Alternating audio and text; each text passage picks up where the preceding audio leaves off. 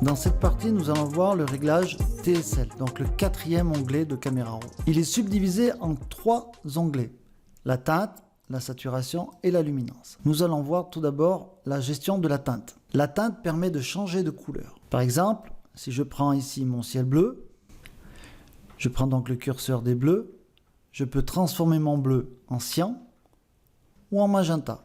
Double-clic sur le curseur pour revenir à 0. Pour ce qui est de la saturation, je vais pouvoir changer la quantité de couleur, c'est-à-dire rajouter de la couleur bleue sur mes bleus, uniquement sur mes bleus, ou bien enlever du bleu et aller vers le gris sur les zones bleues.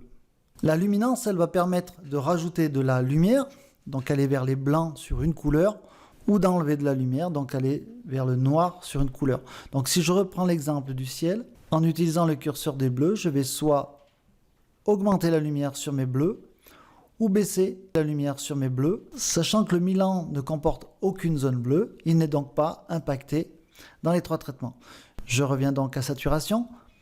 Je vais donc, par exemple, si je souhaite rajouter du bleu dans mes bleus et diminuer la luminosité de mes bleus, je vais donc appliquer de la luminance négative sur mes bleus et rajouter de la saturation sur mes bleus.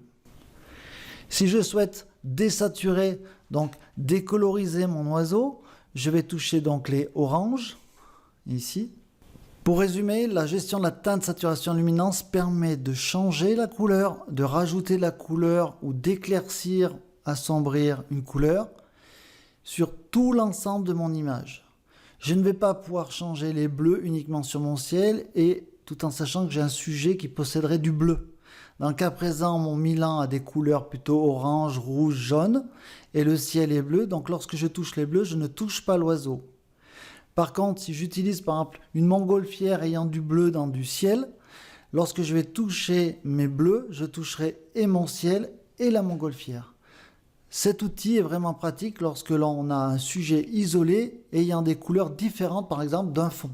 Dans cet exemple, la photo de ce chevreuil a été réalisée en sous-bois. J'avais donc peu de lumière. Donc la couleur roux de mon chevreuil était un peu atténuée. Si je souhaite rajouter un petit peu de couleur sur mon chevreuil, je vais donc aller dans la saturation et rajouter de la couleur sur les oranges. Je fais glisser légèrement mon curseur vers la droite pour rajouter un petit peu de couleur sur mes oranges.